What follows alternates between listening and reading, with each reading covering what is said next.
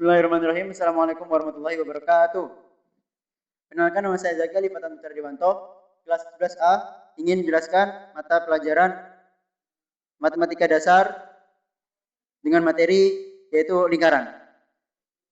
Jadi di sini saya akan menjawab beberapa pertanyaan yang sudah saya tentukan sebagai penilaian sumatif akhir tahun. Langsung saja kita ke pertanyaan pertama. Pertanyaan pertama. Di sini. Oke. Yaitu kita baca dulu. Pada gambar di berikut, besar sudut LKO sama dengan 50 derajat dan panjang KL sama dengan LM. Kalian bisa lihat di sini ada dua segitiga dan satu lingkaran. Dan pertanyaannya adalah besar sudut MLO adalah, langsung kita jawab.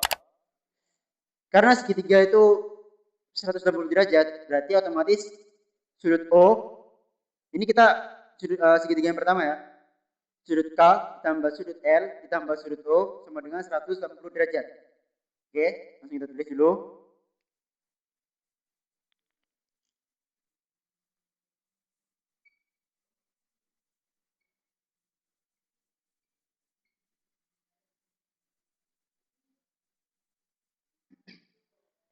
Sudut K-nya 50, sudut L-nya 50, ditambah sudut O sama dengan 180 derajat.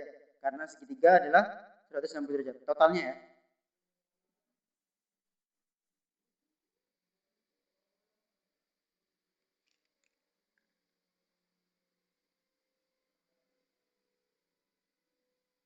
Oke.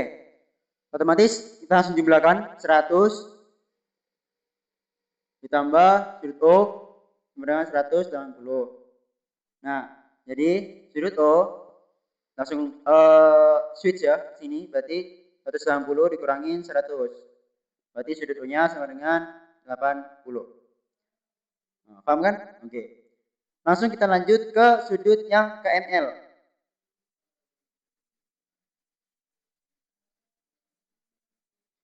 Sorry, segitiga yang KML.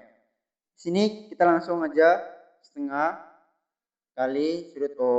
Berarti setengah kali 80. Kita coret-coret 40. Berarti hasilnya 40 derajat.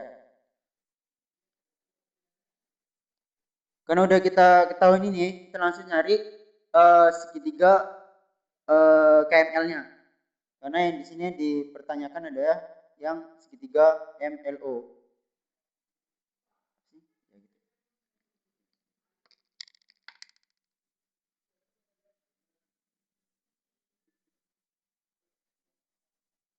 Jadi sudut K ditambah sudut M ditambah sudut L. Sudut K-nya 40 tadi. Yang ini KML ya, bukan yang KLO, sorry. Terus yang sudut M-nya 40 juga. Nah, untuk sudut L-nya berarti 50. 50 ditambah X sama dengan 180. Lanjut, berarti totalnya 80 tambah 50 berarti 130. 130 tambah X sama dengan 180. Berarti X-nya sama kayak tadi ya, di sini ya. Di sini, ini. Mana ini? Langsung tukar aja. Jadi 180 dikurangi 130 berarti sama dengan 50. Nah. Jadi jawaban dari besar sudut MLO adalah 50 derajat. Kita lanjut ke pertanyaan kedua. Pertanyaan kedua muncul. Set. Nah, ini pertanyaan kedua ya. Pertanyaan kedua. Baca, oke lanjut kita jawab. Pada gambar di berikut, besar sudut BAD sama dengan 37 derajat dan besar sudut ADC sama dengan 43 derajat. Maka pertanyaannya adalah besar sudut AEB adalah, langsung saja kita jawab. Untuk sudut BAD dan sudut BCD itu kalian bisa lihat sendiri tadi, itu sudut keliling ya, keliling. Maka dari itu kita langsung masukin rumusnya. Sebelum itu kita tulis dulu sudut BAD dan sudut BAD dan sudut BCD adalah apa tadi? Ya, sudut keliling.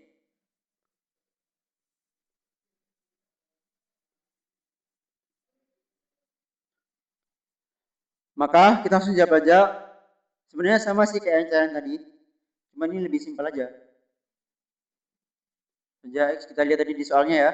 X ditambah 37 ditambah 43. Hasilnya 180 derajat. Karena segitiga ya. Berarti X sama dengan jumlahnya ini 80 180. Langsung aja, sorry ya, tambah. X switchkan sini, berarti 180 dikurangi 80. Berarti X-nya sama dengan 100 derajat. Oke, langsung deh ketemu jawabannya 100. Berarti jawabannya adalah C. Gimana? Mudah kan? Cus, langsung saja kita lanjut ke pertanyaan ketiga. Oke, boom. Kita langsung lanjut ke pertanyaan ketiga. Muncul, set. Oke, muncul ya. Pada gambar berikut, ABCD adalah segi 4 tali busur. Yang bisa lihat tadi. Maka pertanyaannya adalah, jika besar sudut AOC sama dengan 138 derajat, maka besar sudut ABC adalah, berarti yang ditanyakan adalah sudut, ya benar, sudut ABC. Langsung aja, ini lebih simpel ya. Karena tadi sudut AOC-nya itu 138, berarti ya kita buat 3 sudut AOC. Untuk itu ya, ini kan segi 4 ya, segi 4, jadi ada 4 sisi. Karena tadi segitiga ada 3 sisi, berarti totalnya 190 derajat. Jika ada 4 sisi, maka jadi 360 derajat. Totalnya 360 derajat. Jadi 360 derajat dikurangin tadi berapa sudut AOC? 138.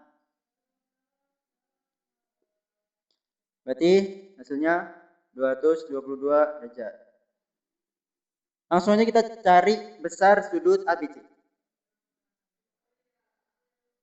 Oke, berarti sudut ABC-nya langsung aja kita bagi kali 1,5 kali 222. Coret. 1. Jadi sudut ABC adalah 111 derajat. Oke, langsung ke pertanyaan nomor 4. Di sini kita lihat pada gambar berikut, yang bisa lihat gambarnya sendiri. Pertanyaannya adalah besar sudut CBD adalah,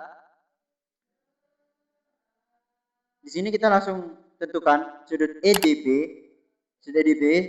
sama dengan sudut BCD. Sudut EDB sama dengan sudut GCB sama dengan 33.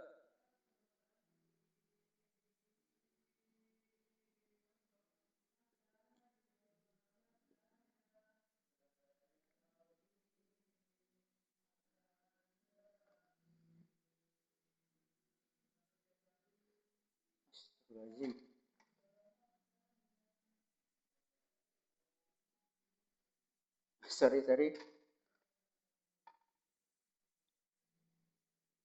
Dengan 33. Berarti tinjaunya sudut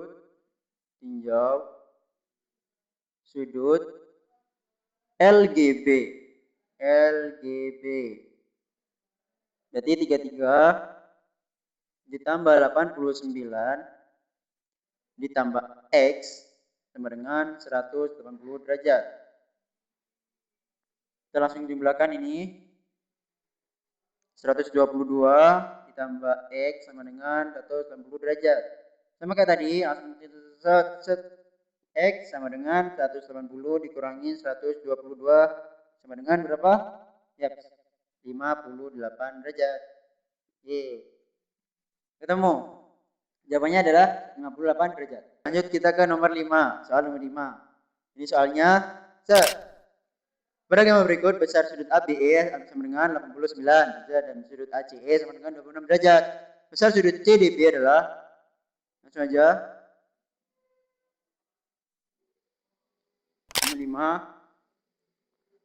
sudut ABE ditambah sudut CBE sama dengan itu 180 derajat. Karena apa? Karena segitiga. Berarti 89 tambah sudut CBE sama dengan 180 derajat.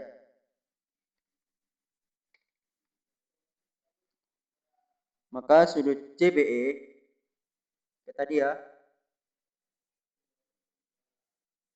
dikurangin tadi itu berarti sudut CBE-nya 91. Oke, lanjut berarti ke cara kedua kita nyari sudut COE. CEBC ditambah sudut CDE sama dengan 180.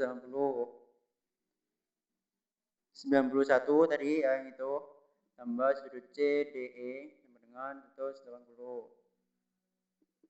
Langsung aja tadi langsung sini dikurangin, berarti sudut CDE sama dengan 180 dikurangi 91 yaitu 89.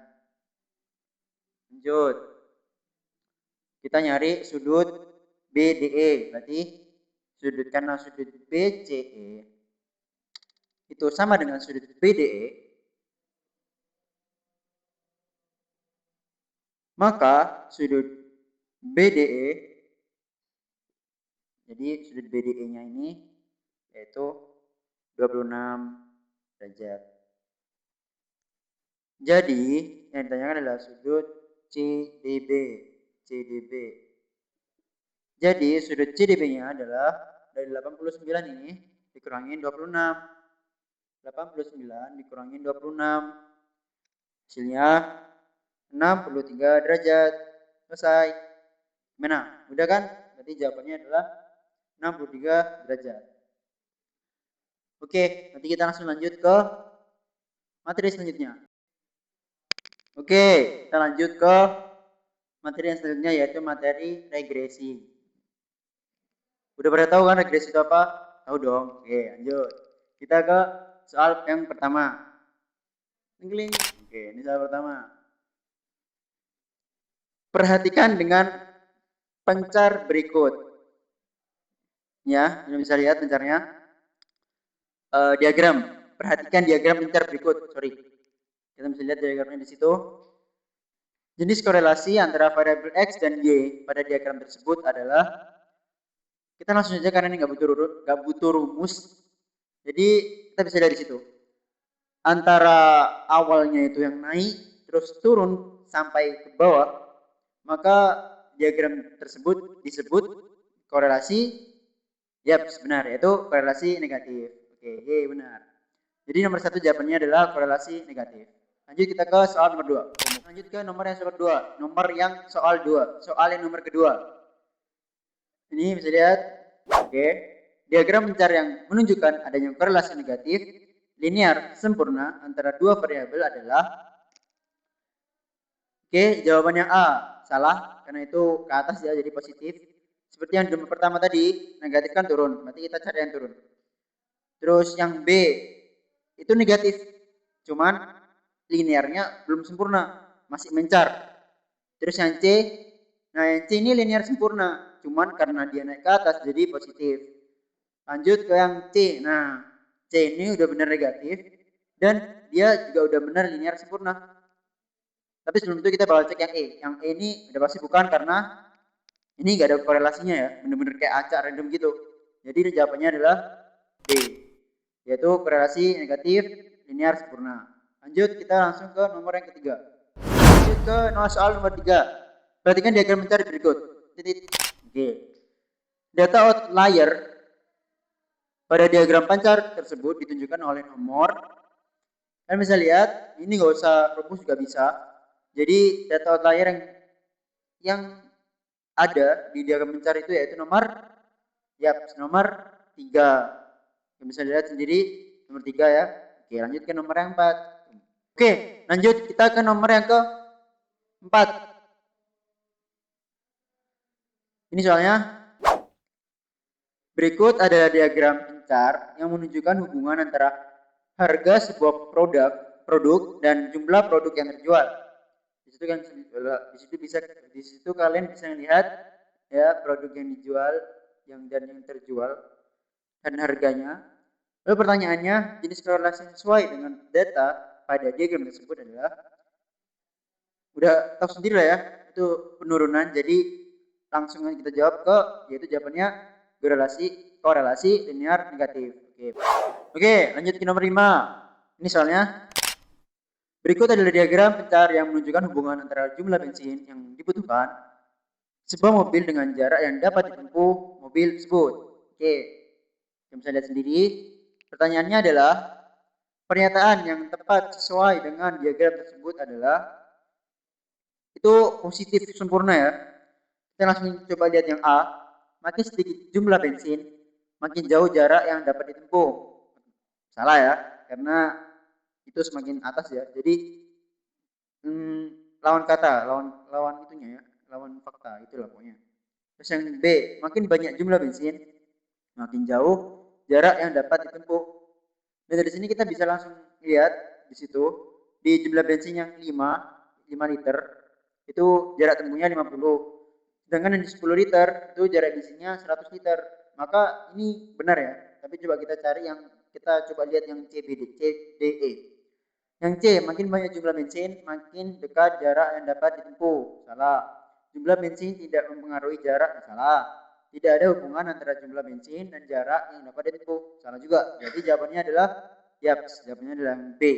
Makin banyak jumlah bensin, makin jauh jarak yang dapat ditempuh. Oke. Gimana? Mudah kan regresi? Mudah banget dong. Apalagi lingkaran. Ya, mudah banget. Baik, segitu saja dari saya. Mohon maaf jika ada salah kata atau mungkin